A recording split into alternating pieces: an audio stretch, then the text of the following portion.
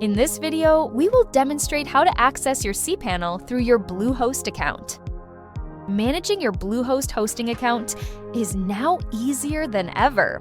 Rather than juggling separate login credentials for your cPanel, you can simply log in through your Bluehost account. Here's how.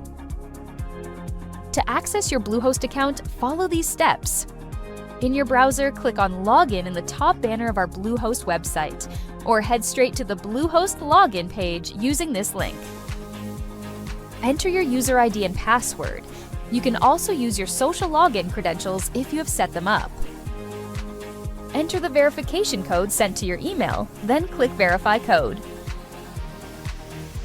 Once logged into your Bluehost account, click Hosting in the left menu.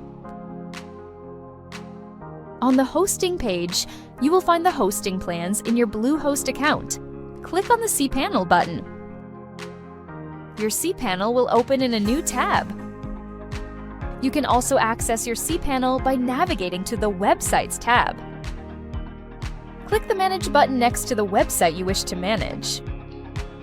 Click on the cPanel button located under the Overview tab.